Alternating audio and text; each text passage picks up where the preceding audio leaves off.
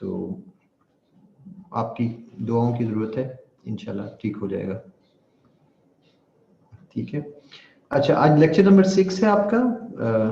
आपका paragraph structure हमने complete कर लिया था last time.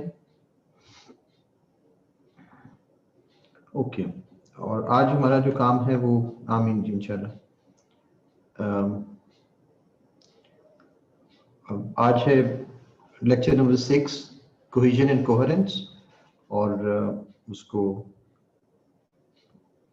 So I will try to go through it quickly. मुझे नहीं पता कितनी देर तक मैं क्लास कंटिन्यू कर सकता हूँ, so let's try to cover it as soon as possible. Cohesion and coherence.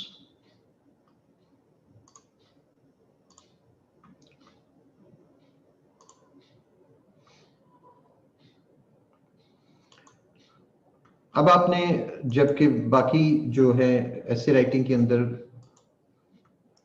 आज ये आपका ऐसे राइटिंग का जो टेक्निक है, मेथड जो है वो कंप्लीट हो जाएगी, जहां तक ताल्लुक है इसका एक्सपोजिटरी एसे का।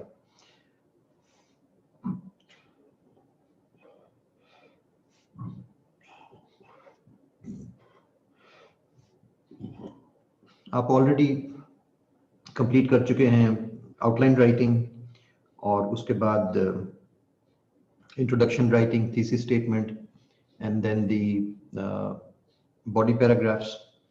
और आज हम देखेंगे कि एसे को सारी को जो चीज जोड़ती है आपस में, that is the cohesion and coherence.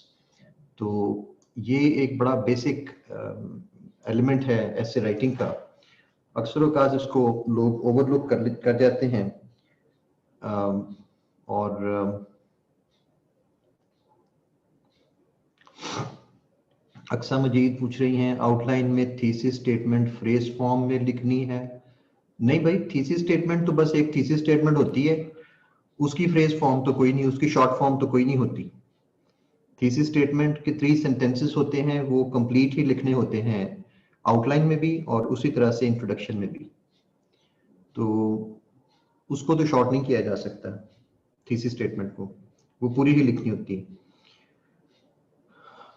और इस सारे को एसे के अंदर बहुत सारे हमारे यहाँ जो स्टूडेंट्स फेल होते हैं या कम नंबर लेते हैं एसे के अंदर, उसकी एक मेन रीजन होती है कि वो कोहेरेंस रब्त नहीं होता, उनकी जो आपस में जो टेक्स्ट है उसके अंदर फ्लो नहीं होता। सो आज हम देखेंगे कि ये क्वालिटी टेक्स्ट की जो कोहेजन एंड कोहेरेंस है ये क्या चीज होती है, और इसको किस तरह से अचीव करना होता है, और कैसे इसको आपने you have to watch out for this. Basically ये इसके स्ट्रक्चर का हिस्सा है, दोनों चीजें जो हैं कोहेजन एंड कोहेरेंस।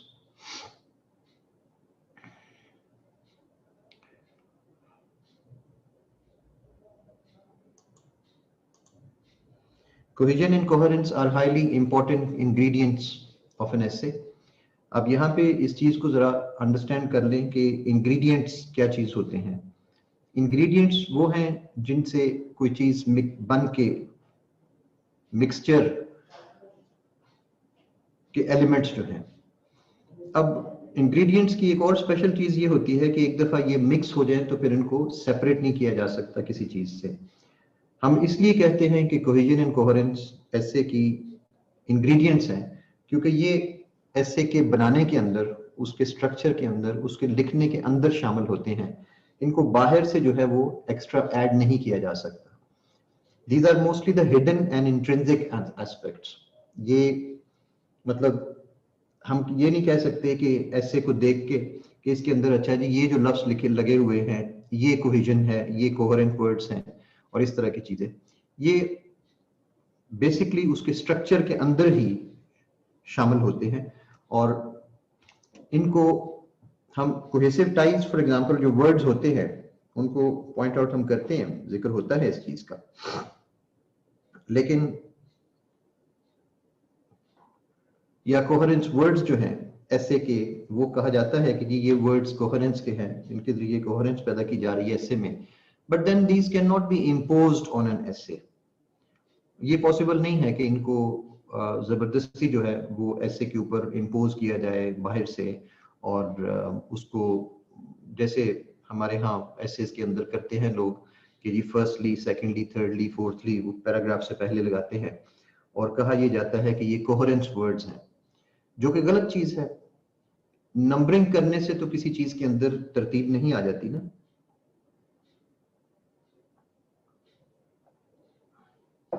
ऐसे चूंकि एक लंबा टेक्स्ट है, तो उसके अपने अंदर रब्त होना चाहिए, ना कि उसको जबरदस्ती जो है वो अलग अलग इधर उधर के पैराग्राफ्स लिख के तो उसके बाद उनके साथ नंबर लगा दिए जाए और ये समझा जाए कि इसके जरिए नंबर्स जो हैं, पैराग्राफ्स जो हैं, उनके अंदर कोहेरेंस आ गई है। ऐसे इस तरीके से नहीं काम चलता, और यही वो गलतियां हैं जो हमारे स्टूडेंट्स बहुत ज्यादा करते हैं। और वो पैराग्राफ्स की नौयत अलग अलग होती है, इसीलिए आपको शुरू में आउटलाइन राइटिंग के टाइम पे लेक्चर नंबर 3 में जीपेस्ट जो लॉजिकल सीक्वेंसिंग मेथड था, वो इसीलिए सिखाया गया था कि आपके पैराग्राफ्स जो हैं उनके अंदर लॉजिकल सीक्वेंस आना चाहिए। जब उसको डिजाइन किया जाए एसे को, जब उसके अंदर जब उसको बनाया जाए, तो उसी वक्त आपके पास जो है वो उसके अंदर कोहेरेंस जो है वो मौजूद हो, रब्त उसके अंदर मौजूद हो, ना कि अलग अलग। मसलन हमने सीखा कि जीपेस्ट किस तरह से governance, politics, economy, society, technology के एस्पेक्ट्स जो है इस तरतीब से हम ऐसे को तरतीब देते हैं। लेकिन अगर ये आगे पीछे हों पैराग्राफ्स, कोई पॉलिटिक्स का आ गया है, कोई सोसाइटी का आ गया है, उसके बाद कोई टेक्निकल, कोई आगे पीछे, और उनके साथ सिर्फ नंबरिंग लगा के कोशिश की जाए, इम्पोज किया जाए कोहेरेंस ऐसे के ऊपर, तो वो पॉसिबल नहीं है। पहले हम देखेंगे कोहेजन क्या चीज है। कोहेजन बेसिकली द एक्ट और fact of forming a united whole. Already आप साइंस की टर्म है, फिजिक्स में भी इस्तेमाल होती है, कोहेसिव फोर्स, केमिस्ट्री में भी यूज होती है कोहेजन, और इसका वहीं से इसको समझा जा सकता है कि किस तरह से जो एक ऐसा इसके अंदर जो ऐसी बेसिकली फैक्ट, उसका एक्शन ऐसा जिसकी वजह से किसी चीज के अंदर रब्त पैदा होता है, यूनाइटेड होल। या इसको यूं भी देखा जा सकता है कि ग्रामेटिकल और लेक्सिकल लिंकिंग है। ये दो तरह की कोहेजन होती है बेसिकली, एक ग्रामेटिकल है और एक लेक्सिकल है। और अगर ये चीजें ना हो तो फिर टेक्स्ट के अंदर मीनिंग पैदा नहीं होता। Within a text or sentence that holds the text together and gives it meaning.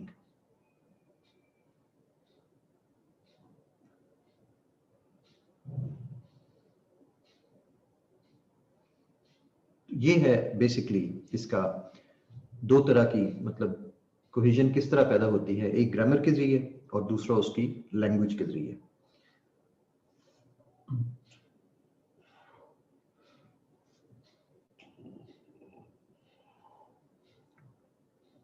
ये दोनों चीजें मिला के फिर कोहेरेंस, बेसिकली ब्रॉडर कॉन्सेप्ट जो कोहेरेंस का है, वो ऐसे के अंदर वो अचीव की जाती है। सबसे पहले हम देखते हैं कि ग्रामेटिकल कोहेजन क्या चीज है। ग्रामेटिकल कोहेजन बेसिकली स्ट्रक्चर होता है। अब देखें ना, जो भी बात की जाती है उसके अंदर दो ही चीजें हैं, एक वर्ड्स हैं और एक स्ट्रक्चर है। मैं जो भी आपके साथ बात कर रहा हूँ, इस वक्त जो बोल रहा हूँ, इसमें दो ही चीजें हैं, एक इसके अंदर वर्ड्स हैं जो मैं बोल रहा हूँ, और एक खास स्ट्रक्चर के तहत बोल रहा हूँ, तो फिर उनका मीनिंग है। और अगर इनका जो स्ट्रक्चर जो है वो ठीक ना रहे तो फिर जाहिर है सेंटेंस के अंदर मीनिंग नहीं रहता।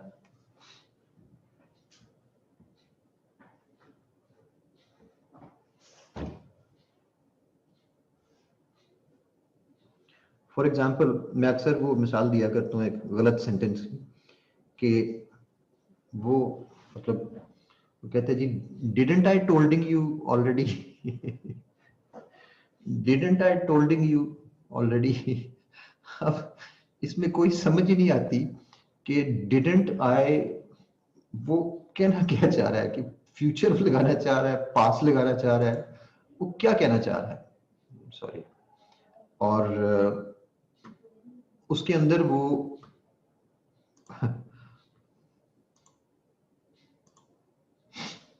ना उसकी समझ आती है कि ये पास्ट में है ना फ्यूचर में है, ना उसकी समझ आती है कि इसने टोल्डिंग आईएनजी गलत लगाया है या टेल का टोल्डिंग या क्या किया है उसने, कोई समझ नहीं आती। तो इसके अंदर गलती क्या है? अब लफ्ज तो सारे पूरे हैं, डिडंट भी है, टेल भी है, यू भी है, आई भी है, सारा कुछ है, तो फिर आपको क्यों बात की समझ नहीं आती? इसलिए कि उसका स्ट्रक्चर जो है वो करेक्ट नहीं है। ठीक है, so that is why the grammar. और ग्रामर होती बेसिकली क्या है कि मसलन अगर when we discuss any topic in the class, we are aware of the previous knowledge of the students. ये देखिए present tense है, discuss, we are. In this class, we have already discussed how links between different sentences are created, have already created, present perfect, are created, present simple passive voice. We said that coherence words should not be used, said past tense, should not be used modal between paragraphs by force. I was giving different examples, और यहाँ पे आपके पास past continuous आ गया. I was also telling past continuous how some students would make this mistake in their write-ups. Modal. Students mentioned past tense that I had already taught them paragraph structure, had already taught them.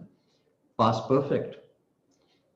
So now we are discussing, अब देखें किस तरह हम past में गए हुए थे, students mentioned में, past में, and that I had already, past perfect, और एकदम से so now we are, एकदम से हम present में आ जाते हैं, we are discussing the time flow and how different tenses can be used in a single sentence as well as in a paragraph. So now we are discussing present tense. अब इस passage को देखें तो इसके अंदर अगर मैंने ये टेंसेस को अंडरलाइन ना किया होता, इन सब तो आपको पता भी नहीं था चलना कि डिफरेंट टेंसेस यूज हुए हैं। 5 टेंसेस यहाँ पे यूज हुए हैं, प्रेजेंट टेंस है, पास्ट है, प्रेजेंट परफेक्ट है, प्रेजेंट टेंस एक्टिव वॉइस है, पैसिव वॉइस है, मॉडल्स हैं, should not, can not, could not use हुआ है, और मुख्तलिफ तरह की ग्रामर जो है वो यूज हुई है। तब कहीं जाके, और ये अक्सर स्टूडेंट्स पूछते हैं कि जी पैराग्राफ लिखना होता है कि जी कौन से टेंस में लिखना है, या सेंटेंस लिखना है तो कौन से टेंस में लिखना है। नहीं, टेंस से गाइडेंस नहीं ली जा सकती कि टेंस जो है उसकी बेसिस पे बदला करे कि जी इस टेंस में लिखना है और उस टेंस के मुताबिक फिर चला जाए। नो, आपके जहन में जो बात होगी टेंस उसके मुताबिक डिसाइड होता है, नॉट वाइस वर्सा। ये अक्सर पूछते हैं कि जी क्या टेंसेस मुख्तलिफ यूज किए जा सकते हैं। देख ले आपके सामने सारे टेंसेस यूज हुए हैं और उनके जरिए मीनिंग जो है वो अपना अदा किया गया है। तो दिस इज ग्रामेटिकल कोहेजन, किस तरह से टेंसेस सारे आपस में मैच कर रहे हैं एक दूसरे को।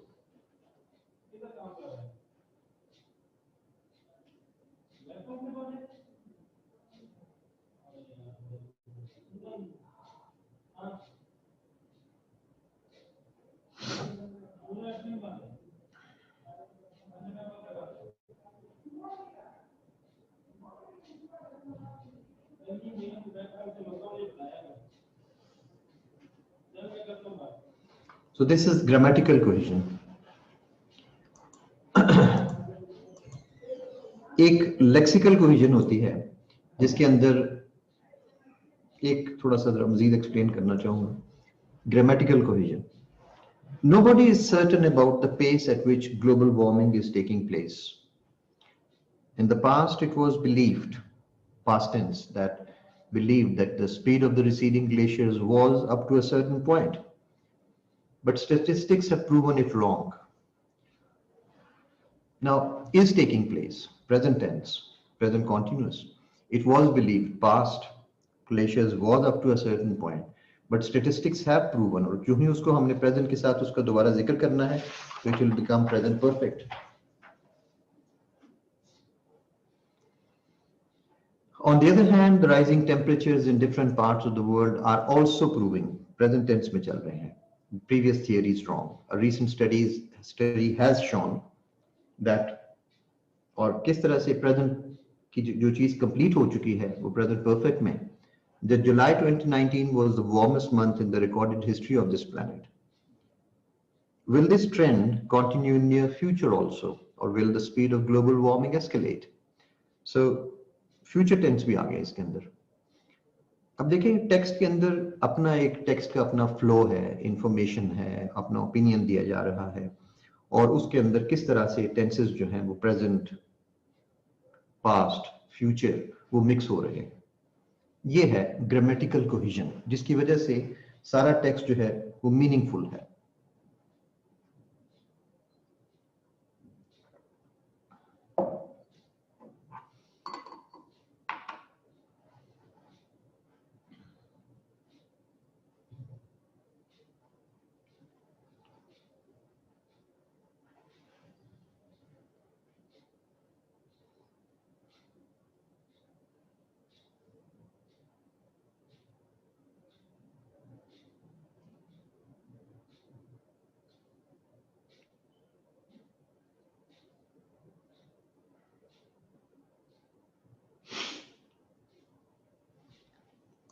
इसके बाद लेक्सिकल कोहेजन है. लेक्सिकल कोहेजन से हमारी मुराद होती है कि वर्ड्स की, लेक्सिकल से मीनिंग है based on lexical content and background knowledge, जिसको हम दोनों सेंसेस में लेंगे कोहेसिव टाइज. लेक्सिकल कोहेजन से मुराद ये है कि आपके प्रोनाउंस जो हैं they should match with nouns. ये अक्सर हमारी राइटिंग के अंदर ये प्रॉब्लम हो जाती है कि स्टूडेंट्स नाउन तो सिंगुलर लिखा हुआ है या प्लूरल लिखे हुए हैं, आगे उसके प्रोनाउन जो है वो सिंगुलर आ जाते हैं. दूसरे भी जो रेफरेंस हैं should match the rest of the sentence. मसलन this, that, these, those, whose, whom वगैरह, ये सारी चीजें भी.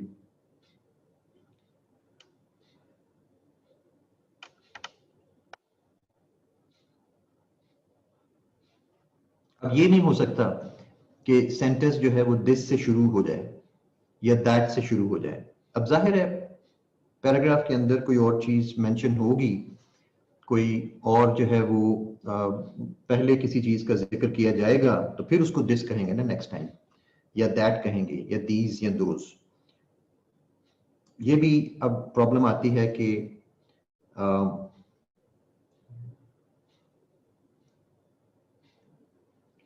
नहीं, जीपेस तो जेब बलोच शुरू में लॉजिकल सीक्वेंसिंग जब हमने की थी, जो क्या नाम है उसका, आउटलाइन राइटिंग जब हमने की थी तो उस वक्त नहीं था उसको किया हमने.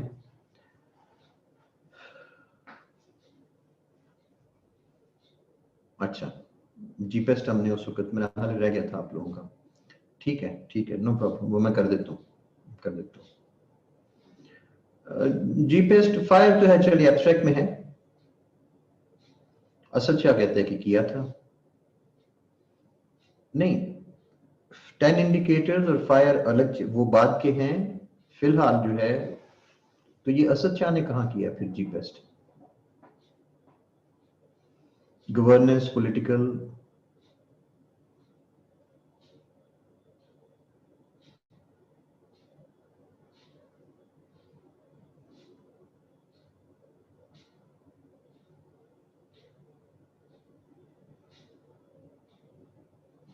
तो उनका सिर्फ नाम ही बस बताना होता है ना. आपने जो आउटलाइन बनाई थी वो किस चीज के ऊपर बनाई थी हमने, जरा याद कर बताएंगे मुझे.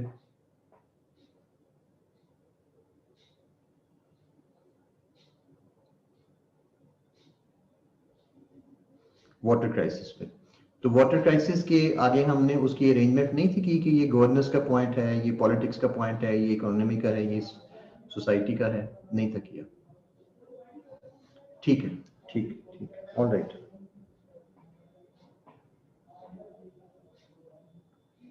ठीक है, नहीं करनी रहती है बाकी ये चीज, नो प्रॉब्लम.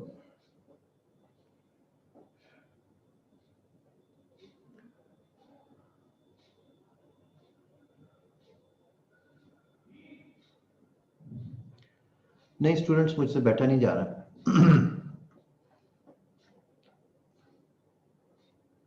ये नहीं चल रही class. I am too weak to continue for this 3 hours class.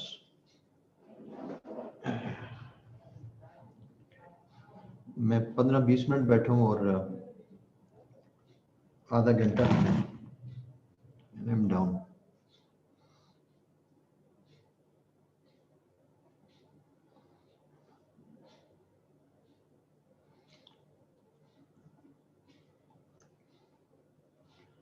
Hello coordinator, आप कौन है यहाँ पे? कोऑर्डिनेटर कौन है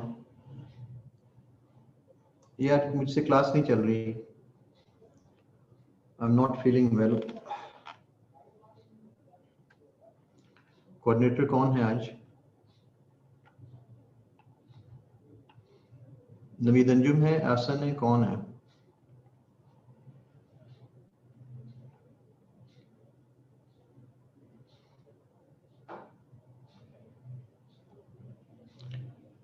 हेलो कोऑर्डिनेटर।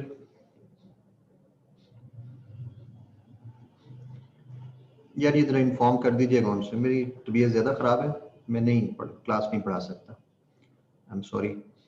खुदा हाफिज़।